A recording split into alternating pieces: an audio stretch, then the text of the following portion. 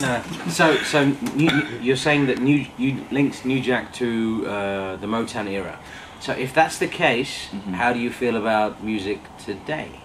I feel like a lot of pop music right now is very pop. It's a lot of club orientated, dance. It's like dance driven music. So it's club. People are clubbing, people are partying all over the world. I think a lot of that was a kind of reaction to the George Bush years.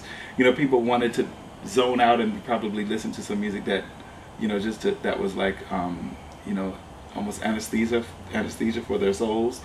But I think that because so much of that is in the pop charts, and in that part of you have a lot of other kinds of music that's sort of a reaction to that, which is a lot of independent music, which you have obviously the independent soul scene, which I'm a part of, which is a lot of more acoustical driven sounds. And then if you go on CD Baby and listen to the stuff that's selling on CD Baby, which is the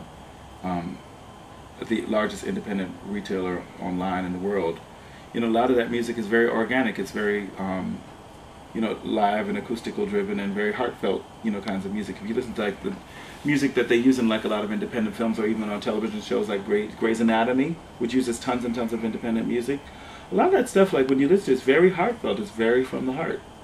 So there's like two different worlds going on right now. Who's the greatest, who's your favorite artist that you work with, other than Whitney?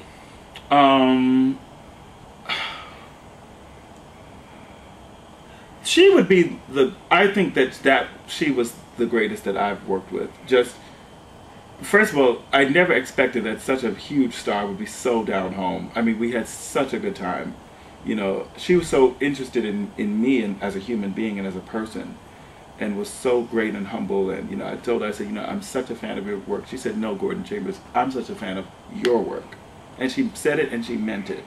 And even when I've given her my solo album, she's told me, what her favorite. I know that she listens to them. So that just blew me away. I mean, and that was more recently. But I mean, when I first got that song placed, with Anita Baker, I mean, I was just over the moon, because I mean, I grew up in college listening to, Anita Baker. Like, she was my favorite artist. Like, when I was very stressed out in college, and I needed to listen to some soothing music, like that's who I would listen to. I remember like, when her second album came out, like I went to like 5 record stores in Providence, like, you don't have the new Anita Baker album? Like, I was really, really a huge fan of hers. So when I got a chance to work with her, I was over the moon, So, I mean, many, I've been, and then when I worked with Gladys Knight, I mean, I remember like, Gladys Knight as a child, as a little kid, was my favorite artist that I loved to listen to. My mother said even before I was talking, I was singing Midnight Train to Georgia, and my father said that there was a Gladys Knight CD, Gladys Knight vinyl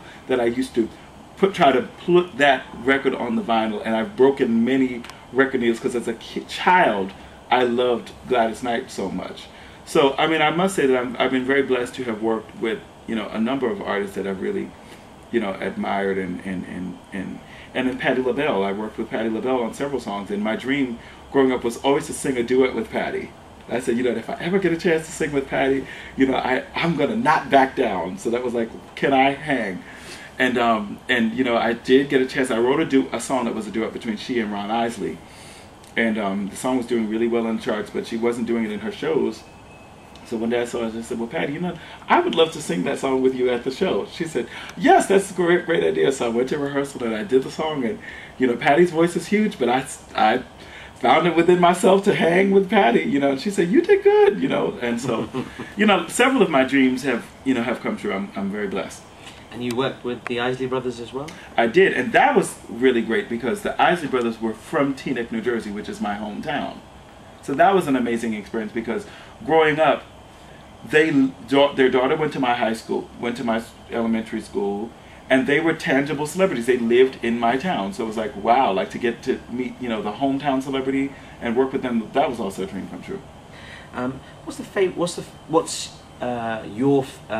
the song that you liked the most that you wrote? You were most proud of? That I've written, or that you mean for myself, or written period? That you've written period. I really, and it's very, it's the song that I wrote for Heather Headley called "If It Wasn't for Your Love," which I also re-recorded on my latest CD, Love Stories. That song is very, very, very dear to me because I wrote that song thinking about my parents, and I wrote it in London.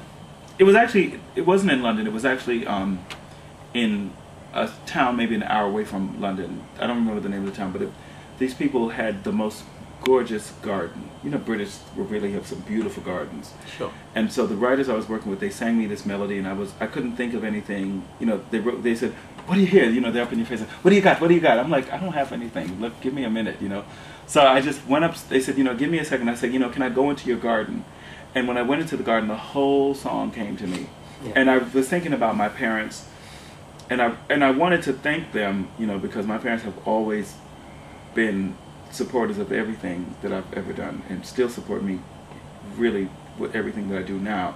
And I wanted to write a song that said thank you to them for just being who they have been. And so I wrote that song, and we got it placed with Heather Headley, and then I re-recorded it on Love Stories, and it's performed at weddings all the time. I just performed it at a charity event for a charity around Sierra Leone. And I sang the song, and I told the story because the Duchess of York was there. So I told to serve how they wrote it in a garden, British garden, and sure enough, another couple was there. They said, "Oh my God, that was our wedding song. We chose that song as our wedding song. It's such an honor to meet you." So that song is very, very dear to me because it's written it was written as a thank you to my parents while they're alive, and my parents love it. So it's like giving a gift to somebody, and you know that they really love it and enjoy it. And more for the music connoisseurs, you did some stuff with Terry and Monica. Yes. Was it you that wrote? That was my first album cut ever. Sexuality, was that your song? No, the song we did was called, what was the name of that song? Now you're taking me way back. "I Need Your Love." That was the song that they did. It was originally a song that I wrote called "Dissed." And they took the lyrics that I wrote off, but they liked the chords, and they took the track, and then they wrote their own song to it. But I remember that session. I actually played a trumpet solo on that session. So yeah, that was the first album. That was the first album credit I ever got. Okay. When was Black Rain? You did something on the Queen Latifah. That was, I think, the second or third album credit I got. That was around about the same time. Right around that same period, yes. So Winky's theme. What would Gordon Chambers like to say to his fans on njsforever.com? I would like to say thank you for supporting me. Thank you for supporting soul music. Thanks for supporting the independent soul music. I think we're a movement that has a lot of heart, a lot of compassion, and a lot of care, and we're trying to really keep something alive. And we thank you for supporting us, and we look forward to touring with your company.